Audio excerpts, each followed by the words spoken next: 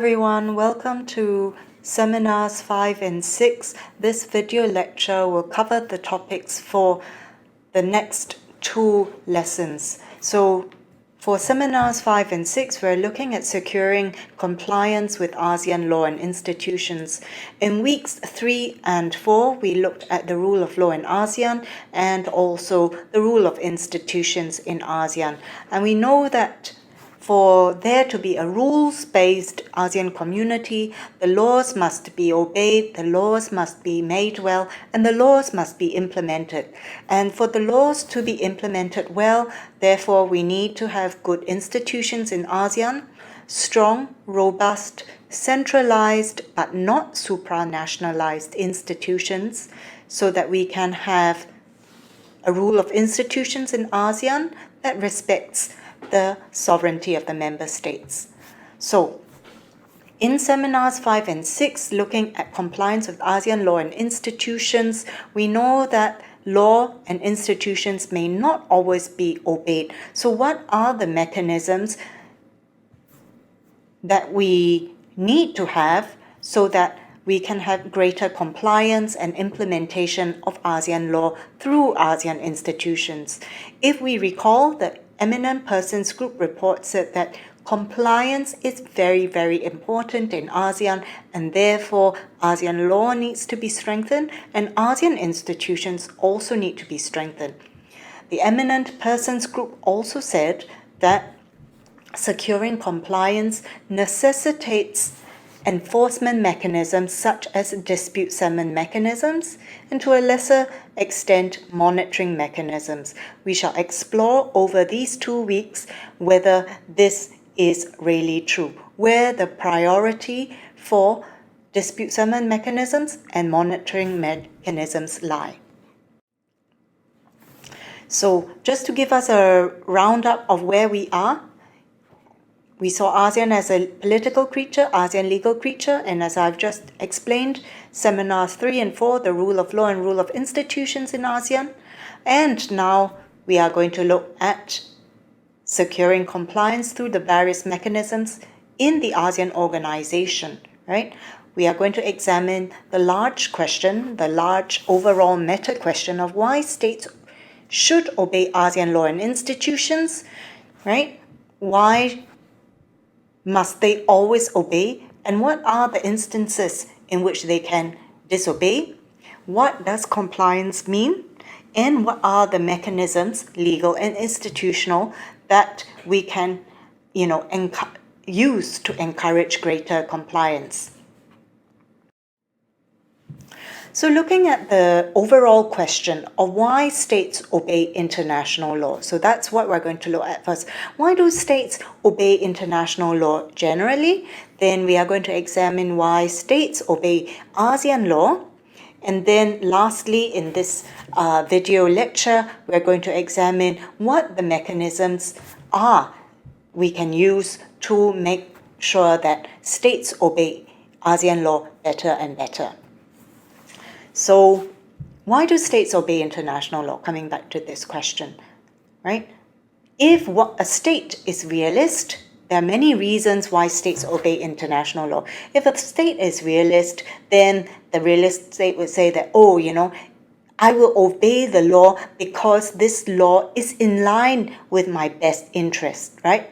But then if a realist state says that the law is unfair or, the law is detrimental to its economic development, then therefore, it is not in their best interest. And the realist state would say that, no, I will just violate the international law. There are other reasons why states would obey international law. So more generally speaking, not looking at realist states or constructivist states, but just looking at the international community of states, states generally would obey international law to reduce tensions and conflicts. So, when we have a system of rules, everyone obeys the rules, we would definitely have a more peaceable and secure international society. Just think of it in the domestic sense. We have a national legal system, we have laws that keep everybody's behavior in place so that, it will not be anarchy out there, right?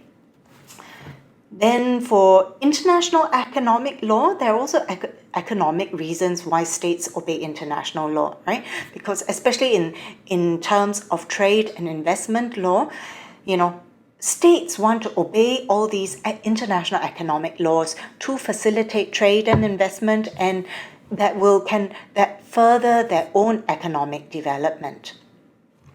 And of course, if one is going to be a credible, creditable, and reputable member of the international community, all international legal persons should obey international law. Otherwise, what happens, right? The state would be labeled a pariah, will be labeled a rogue state in the international order.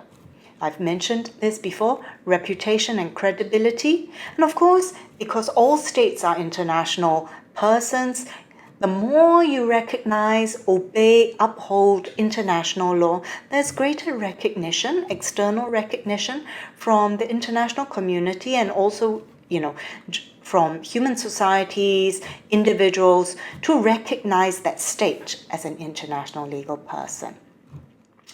One argument that has been made often by small states is that international law needs to be obeyed by big states and small states because small states don't have much power, right? So if there are international violations against smaller states, it is very important to a small state that they have a higher moral standing or legal standing to tell the big state, hey, you violated the international law against me, right? And because the law is seen as good, it is there concretized in the international community, the rest of the international community would be likely to support the small states and see the justice in its situation, that it has indeed had an international law violation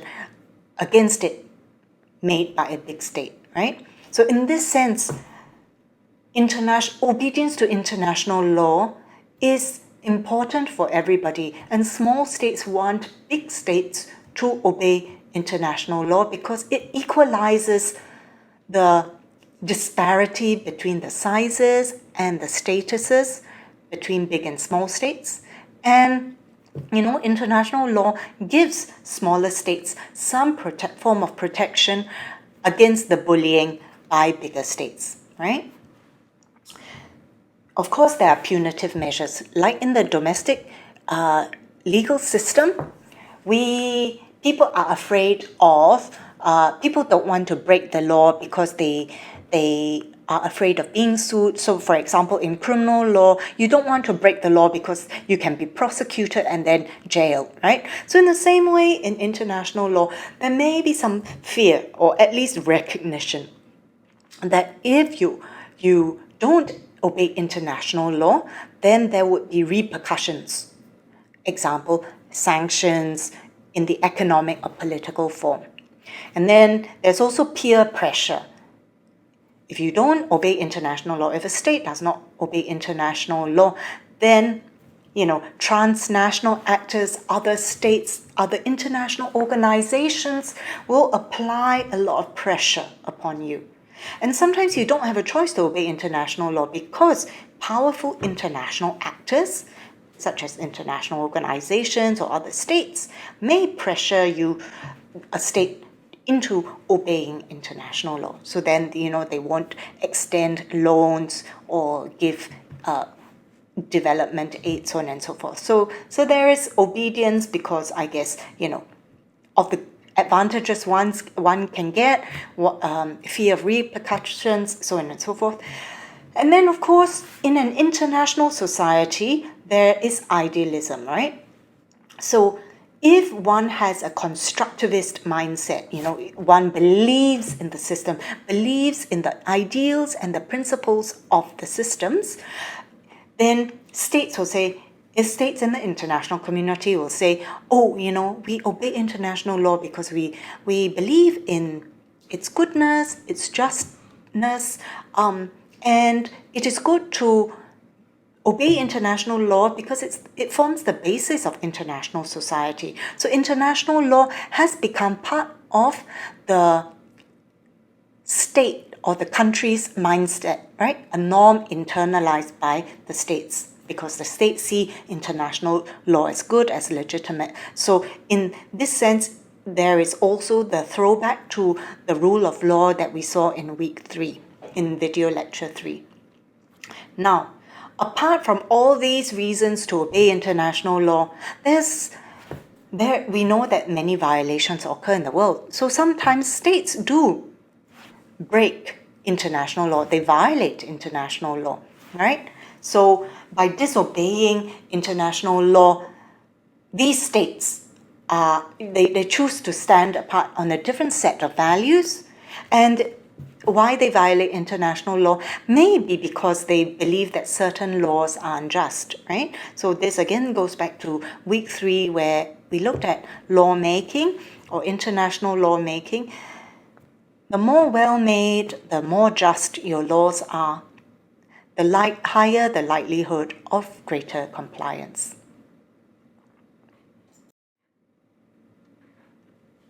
So just to give you some examples why states obey international law, some concrete examples why nobody wants to be seen as a law violator, right? So, in all these contentious issues such as the invasion of Iraq, and now we see the pullout from Afghanistan, and, the use of drones in the global war against terror, especially in the Middle East and in Afghanistan and so on and so forth, right? These acts of armed conflict, right, invasion of Iraq and drones, run very closely on the line of legality and illegality. And therefore, when you look at these examples, you can see that the national legal advisors on international law do come up with very strong justification. Whether they're convincing or not depends on you, but very strong justification of why these actions are deemed legitimate, are deemed legal in the eyes of international law. So to break international law is actually a very big deal, right? And if states do skip very close to the line of illegality, you can be sure that the justification is very, very strong, right? And then in the South China Sea issue, there are many claimants, and you can see that all the claimant states use international law to bolster their claim, right? So no one wants to be seen as a law violator. They will always use law to justify their claim. So you can see how law is an equalizer. Law gives you moral standing, and so on and so forth. Having seen the various principles, the various reasons, we now take a look at, obedience to international law from a very scholarly but practitioner perspective. So the literature that I've given in the seminar sheet, they're written by, professors who actually have a very strong professional, practical experience in the international law realm. Right? So according to the professionals, why states obey international law is a perennial question. You find as many jurists in as many answers to why states obey international law. One can say that, compliance is a long-standing problem of international law. We have examined that compliance is problematic in ASEAN law. So, this is not, compliance is not a new issue. We are always constantly trying to improve implementation and compliance, right? And jurists, scholars, practitioners have always been trying to find the reasons, come to the root causes of why states obey or disobey international law and what can be done to improve compliance. Yeah? So Harold Hongju-Ko, who was, the State Department's lead advisor, the U.S. State Department's lead advisor, and one-time dean of Yale Law School, he wrote this, seminal piece, Why do States Obey International Law? And then he said that, really nobody can give a holistic account, right? Because it's the blind man's elephant. So in our video lecture today, and also in the questions of the seminar sheets, we're going to examine 3 prominent international law jurists, and I will give a brief overview on Louis Henkin, on why states obey international law. So before we embark on drilling down on the details, the key points of inquiry that we need to bear in mind are, when did these, legal practitioners, legal scholars write their compliance thesis, and what was the context in which they formed this theory of compliance, right? How did their experiences shape their theories, and what are their theories based on? And then for all of us, we also need to know, the specific name of their theory and the main characteristics. So, as I promised, I will give us an overview on Louis Henkin, but in the seminar sheet, we don't really go into great detail. We start off in Louis Henkin because it's easy, but it's also classic, and everybody really can understand where he comes from. So Louis Henkin is, well, I guess he has been attributed the originator of the question and the answer on, why states obey international law, right? So in the post-Second World War, he wrote this book, How Nations Behave. And he had very strong experiences of, the Second World War, and he saw how states interacted, how powers interacted, and there were so many injustices and human rights violations, right? And so he came up with this theory that states obey international law most of the time. So when he wrote this book, it was in 1968, right? Kind of in the 70s already. So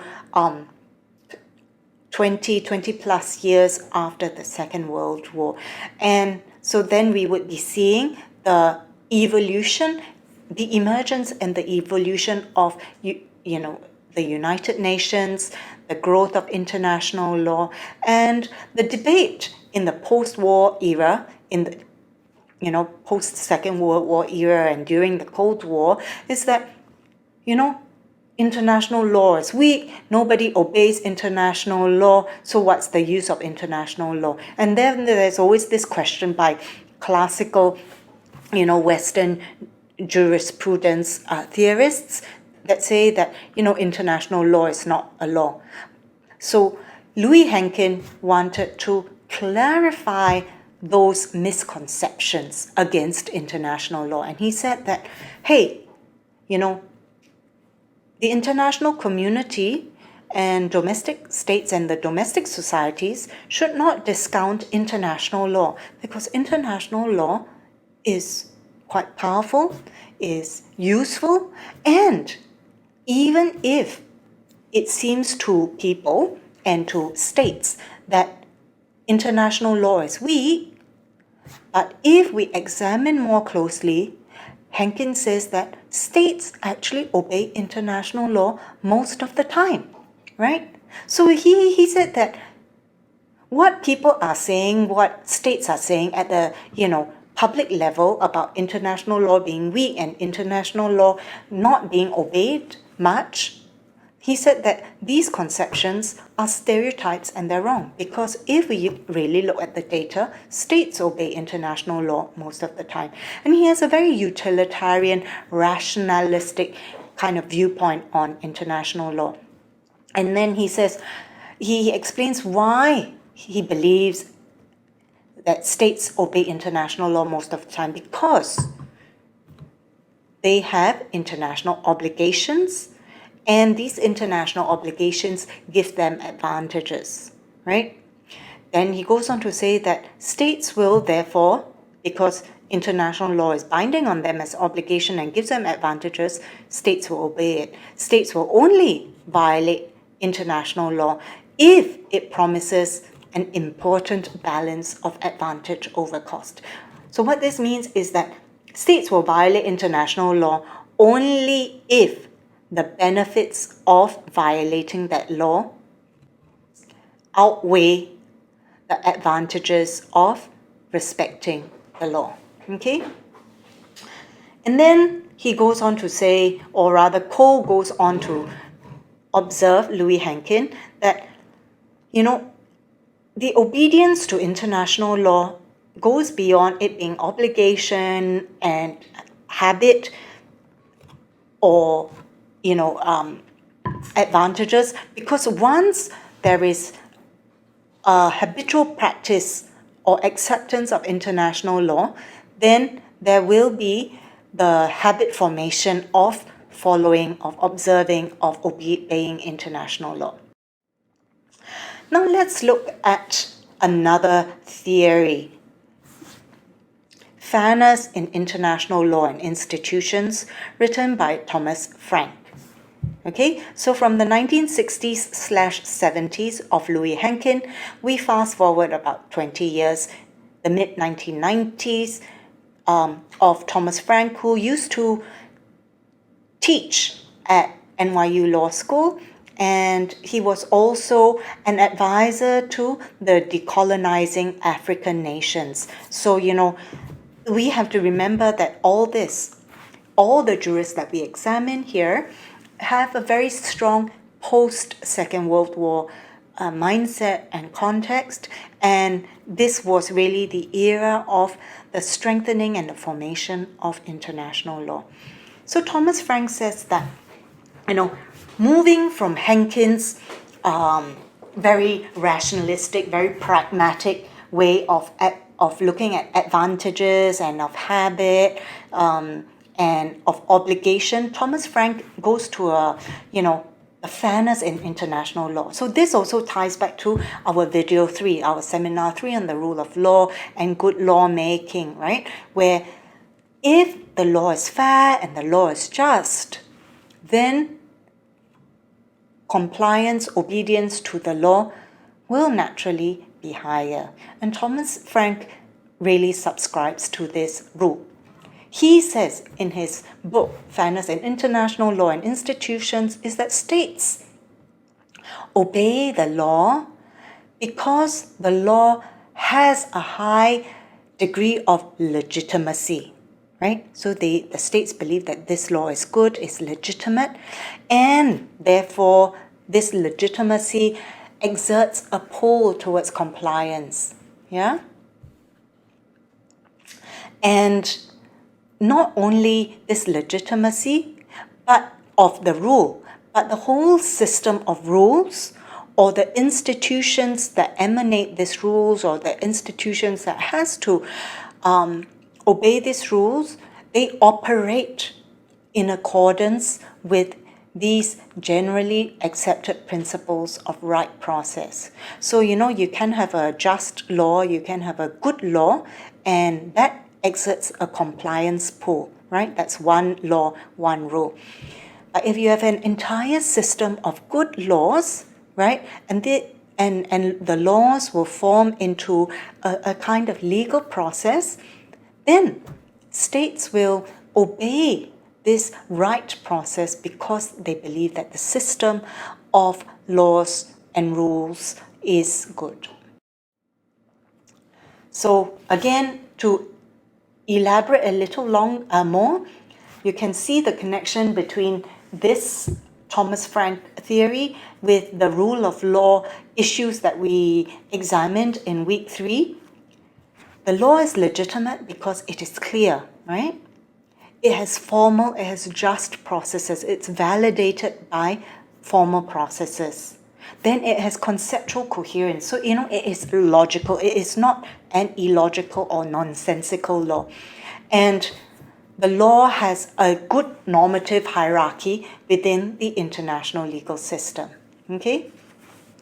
So Thomas Frank believes in the good of international law, in the good of the international legal system. It is a very benign view of the international community and the global order. And he says that in Thomas Frank's, legal universe, illegitimate rules, right, unjust rules will have little compliance pull. So according to Thomas Frank, only good laws will then engender great compliance from member states.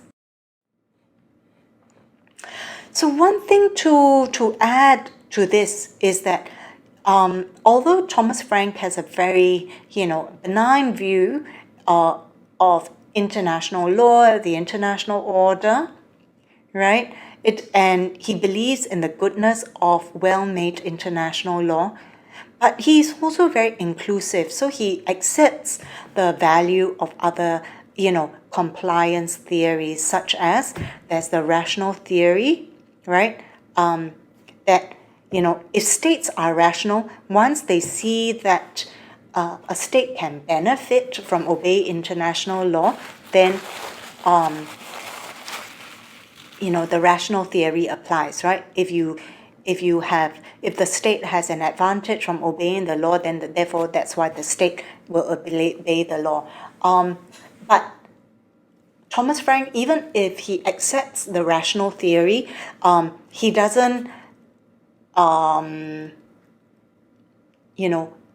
take it in its totality. He does not believe that states only have a simplistic cost-benefit approach to obeying international law, because there are non-monetary, non-economic interests that tie into compliance pool. For example, if you believe that the law is good, right, even if obeying the law causes some detriment to your national interest, you may still very much obey the international law. Okay? And also because Thomas Frank is, his theory believes in the fairness of laws, so he also accepts the value of constructivism. So you can see parallels in constructivism theories of, good norms, just norms with the goodness of the laws that are explored by the Frankian theory, okay? And also Thomas Frank, because, we saw that there needs to be fairness in laws and institutions. So, and we also talked about good processes arising from a good system of laws. Therefore, Thomas Frank also accepts, the process theory that, laws are legitimate, laws are good because they are established according to fair processes.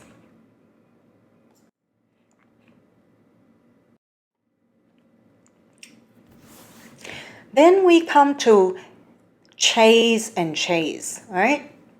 So Abram Chase, Antonia Chase, a high power couple, working for the US government. Abram Chase was the former legal advisor to the US State Department, so the equivalent office to what Harold Koh had, right? And Antonia Chase was the undersecretary to the US Air Force. And based on their practical, international law experience, they wrote this book about the new sovereignty, right? The new sovereignty of states in the international order. And they came up with this new theory in the book of New Sovereignty, that there was this management or managerial theory regarding compliance with international law. So what does this management theory, say? In the previous slides, we looked at, process theory, and we also saw Frank saying that, if laws are made according to a good process, then that law is just, and that would, exert a compliance pull. Similarly, but more deeply, the management theory deems that international law will have greater compliance if the system is robust, right? The system is just, the system is robust, the system is clear. So Chase and Chase move away from, Louis Hankin, move away from Thomas Frank, because Hankin and Frank concentrated on lawmaking, right? Looking at the laws themselves vis-a-vis the state behavior. Whereas Chase and Chase, yes, they look at the laws, but they want to look more at the system which creates and manages the laws, right? So from their experience, they saw that, while, yes, laws are important, legal norms are important, and lawyers are, of course, important, we are important, right? But law may not be determinative in international affairs. They said that international law wasn't reliant just on the law, but on the legal system, on the international legal system to manage international affairs. So what they're saying is that if we have a good international legal system that manages state behavior, that manages the law, that a good international legal system is the determinative factor of legal compliance, of compliance with international law. So, we can think about it this way. So what are the systems out there? So if the UN system is a strong process, is a strong institution, then, UN laws will be well complied with, well obeyed. If the ASEAN system, right, is a good, robust system to manage ASEAN affairs, then ASEAN laws will be more highly complied with. So Chase and Chase say that it is the process, the institutions, the international organization, how these institutions are structured and give decision-making powers, to the officials, right? It is how we manage these processes and systems and the officials' behavior that makes a state comply or violate with international law, right? So the system is the one that is important. They also go on to say, bearing in mind the systemic mindset that states obey international law not because of punitive sanctions. Remember that, in the past videos and also in the previous slides of this video, we were looking at, enforcement action, dispute settlement mechanisms, the threat of litigation or the threat of against good credibility and the threat against reputation, right? So Chase and Chase said that through the experience, it's not because of punitive sanctions. It is not because that states are not fearful of international law. States do not obey international law only because they will get a lashback. Chase and Chase have a very benign view of international law, and they say that, no, it is not because of fear of punishment. States want to obey international law because the system, the process, the institution, the treaty regime is good. So states see that if the legal system is good, if the international legal system is good, they will obey, right? So this goes on from the rule of law where we see that, if the law is good, states will obey. Chase and Chase, they are saying that if the system is good, if the institution is good, states will obey. So there is that variation, okay? Right? But of course, Chase and Chase are very practical people. They do see that from their experience, states also, obey to a certain extent because of good reputation, of wanting to get reputation. So you can see that Chase and Chase, although they have, what is their key defining feature, which is, a good system, but they also do acknowledge that other theories have certain advantages, or other theories of compliance do bear truth, right, in how states obey. So back to the managerial theory, Chase say that states comply with international law because the system is good, because the system is efficient, it is in the national interest to obey the system, and also because the system comes up with regime norms. Another name for system is regime. So there are going to be laws and rules and behaviors that emanate from the system.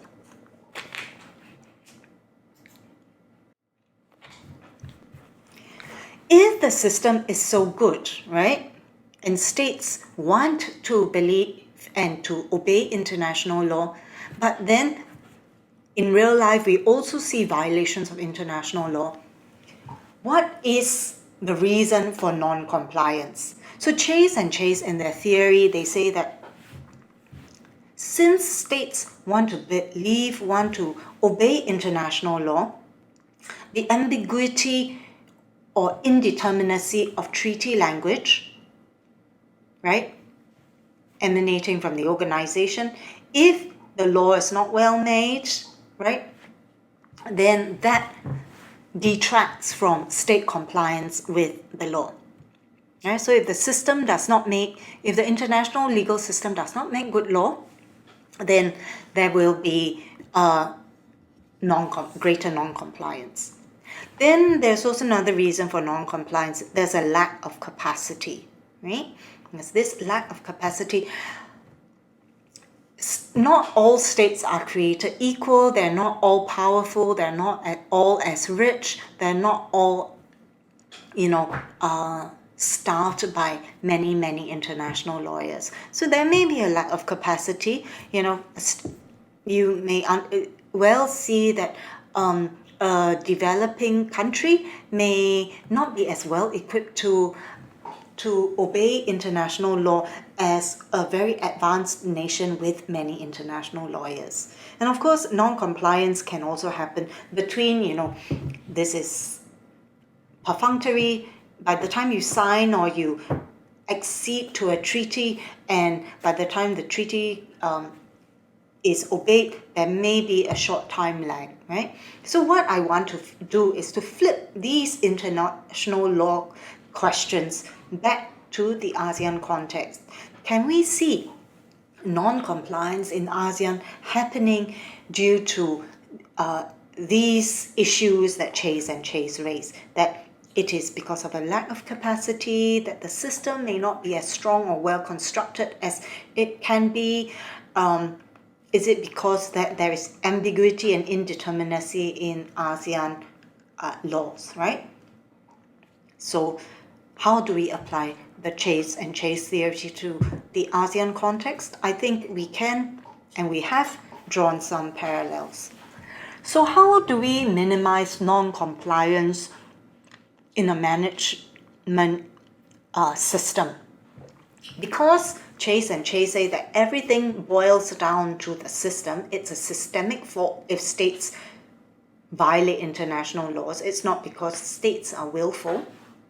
So the only way to improve compliance in a Chase and Chase mindset is to improve the system itself, right? So you have greater enforcement mechanisms, and they say that you can have these, like, going to court, having coercive measures like sanctions, punitive sanctions, right?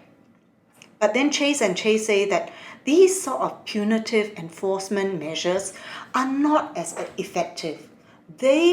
Although they do see the merit of having enforcement mechanisms, Chase and Chase say that instead of punishing, perhaps we can induce greater compliance by having better management mechanisms. So, we have an interactive discourse that you persuade the member states to obey international law better, and you also appeal to the need for greater reputation in the international legal order.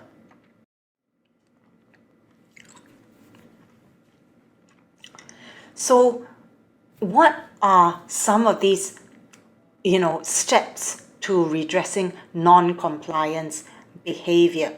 Yeah, the systemic improvements. So, if it's all down to the system, Chase and Chase say that to improve compliance, we need to have greater transparency and data, right? Where are people not implementing? When are states not complying? What is the real situation in the treaty regime, right? And what are the different types of non-compliant behavior? We need to identify them. We need to know their root causes of violation, right? And then once we know the key reasons, we would be better equipped to address these shortfalls. And also we need to look at the state capacity, because in many cases, it is not because the state doesn't want to comply with international law, but the state cannot comply with international law because it cannot comply. It does not have the capacity. It doesn't have the money, the human resources, the knowledge, and technical know-how to comply with international law. And in that kind of innocent, non-compliance, is it right for us to then punish the non-compliant state, right? So in that sense, if there is lack of capacity, then we need to bring about technical assistance to address that lacuna. But then the Chase and Chase know that sometimes, even if majority of states are not acting in bad faith, are not willfully violating international law, Chase and Chase say that there are sometimes some states who intentionally break international law. So for those naughty states, there should be the threat of punitive action. Okay? Yeah. So now that we have seen Hankin, Frank, right, Chase and Chase, do we see any flaws in these systems and theories? Because I can highlight to you some of these flaws, right? It takes a very benign view of state behavior. There is this assumption that all states seem to want to comply with international law, right? There are false opposites of enforcement and management. So it seems to pit, enforcement mechanisms on one side and corrective behavior via, improving the system on the Chase and Chase side, right? And then there is also a variation on how important reputation is in exerting a force on compliance. And lastly, the theories that we have examined all are looking at state behavior vis-a-vis the international legal order, the international system, but it omits the internal state processes. It says nothing about, judicial incorporation, legislative embodiment, executive acceptance, all of which happens at the domestic levels, right? So the national story, the domestic story of international law is very important, but the theories that we have just seen are silent on it. And lastly, in the literature that we have examined, there's this assumption that all treaty regimes are good and therefore must be obeyed. But what if in the international order the treaty is unfair? What then happens? If the treaty is unfair, it is very logical that members of the international community do not want to obey international law as much. So with all these theories in mind, we are better placed to address some of the problems of compliance in ASEAN.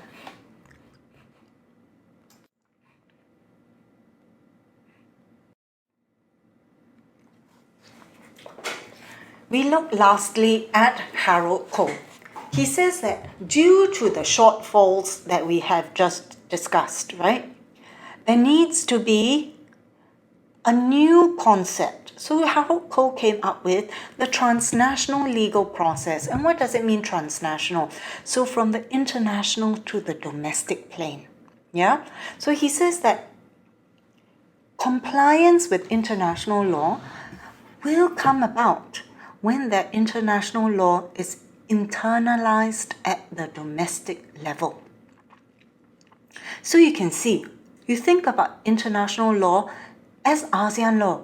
So when ASEAN law is internalized within the ASEAN member states, we can be sure that compliance will improve greatly. And so how does this transnational legal process come about?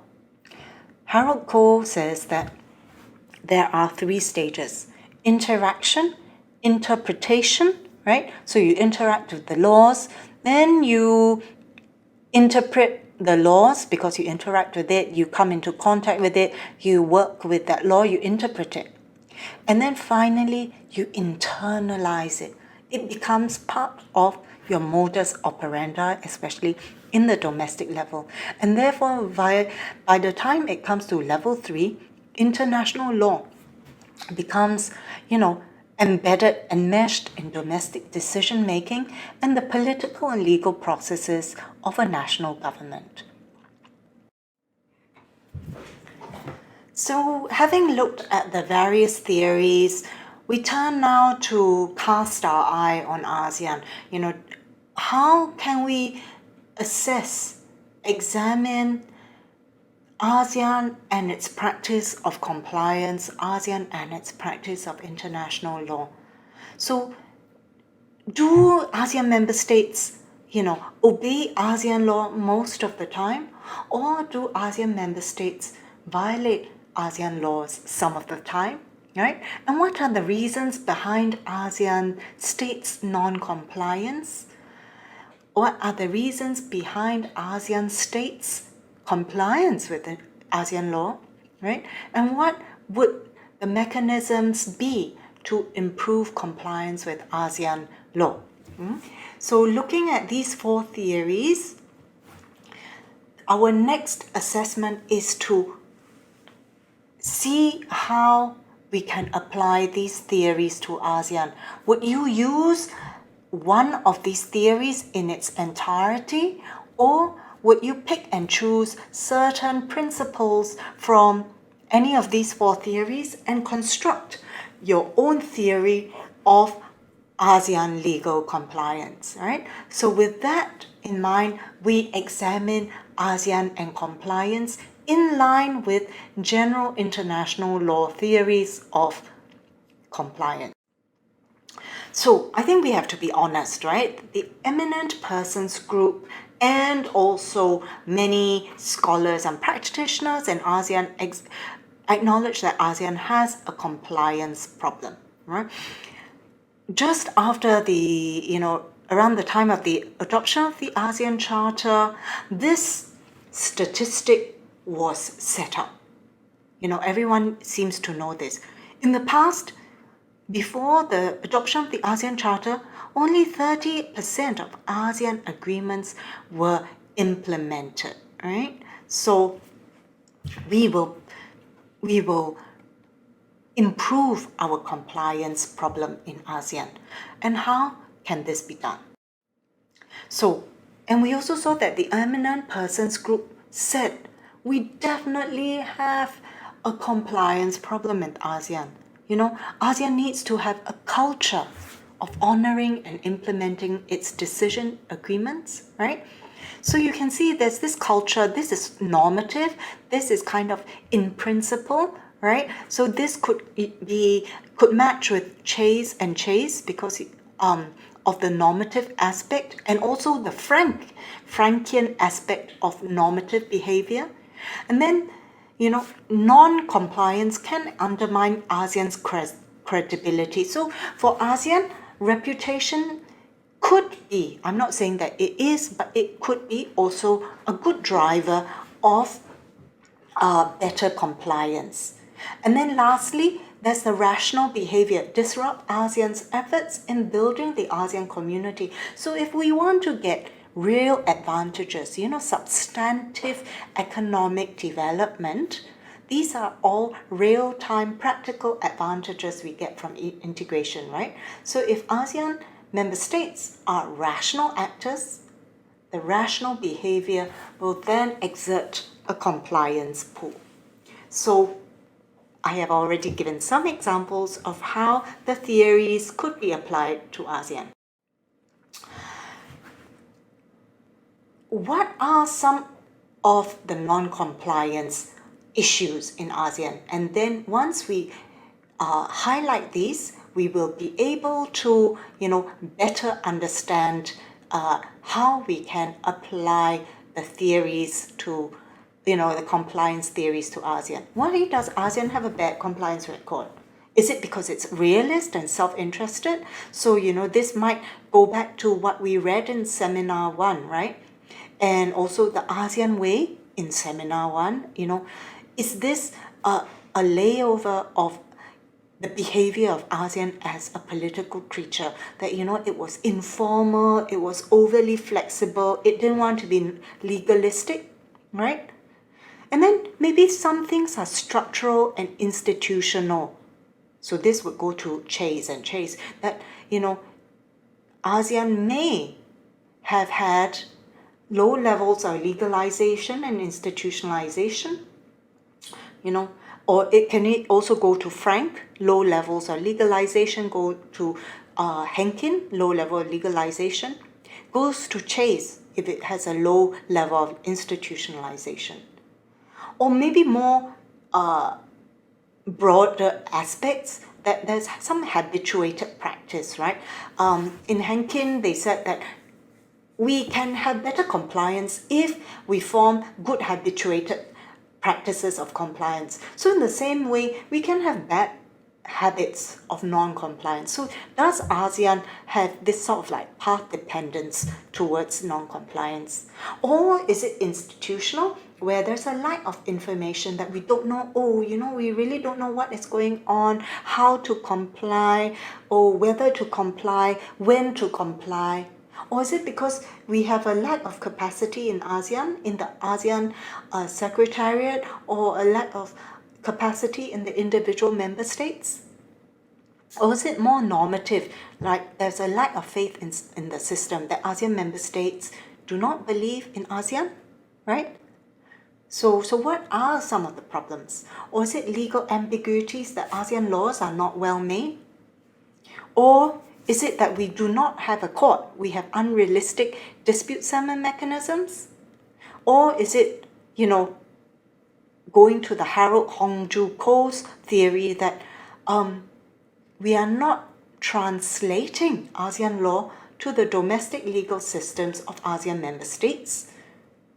And that is at one level. And is it because that the domestic rule of law in ASEAN member states are not well developed enough to support the implementation of ASEAN law? So these are some of the queries that scholars and practitioners have come up with, and these are things that we need to bear in mind, right? And if we want to take this in a more scholarly manner, we also need to match these practical non-compliant reasons to the theories of compliance that we've examined in this class. Lastly, before we end off this video lecture, we can see how practical-minded the Eminent Persons Group is. They didn't explore, the issues, all the issues we saw in the previous slide. To the Eminent Persons Group, non-compliance has an easy solution. It just says, the EPG says, first of all, we need to have good dispute settlement mechanisms. And this should include compliance monitoring.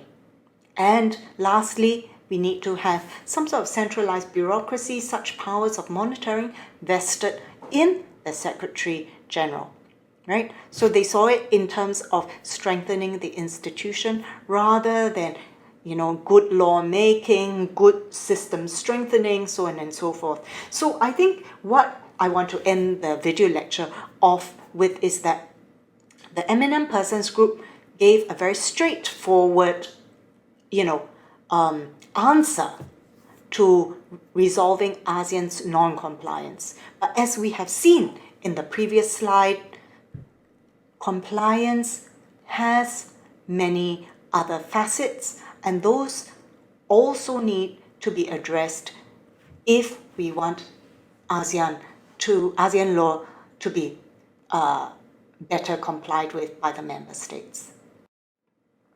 So, coming back to the meta question, we look at these 4 theories again, and looking at the problems of compliance in ASEAN, how would we use these, issues highlighted by the 4 theories to frame our understanding and also frame our way of progress to improve compliance in ASEAN. Thank you very much.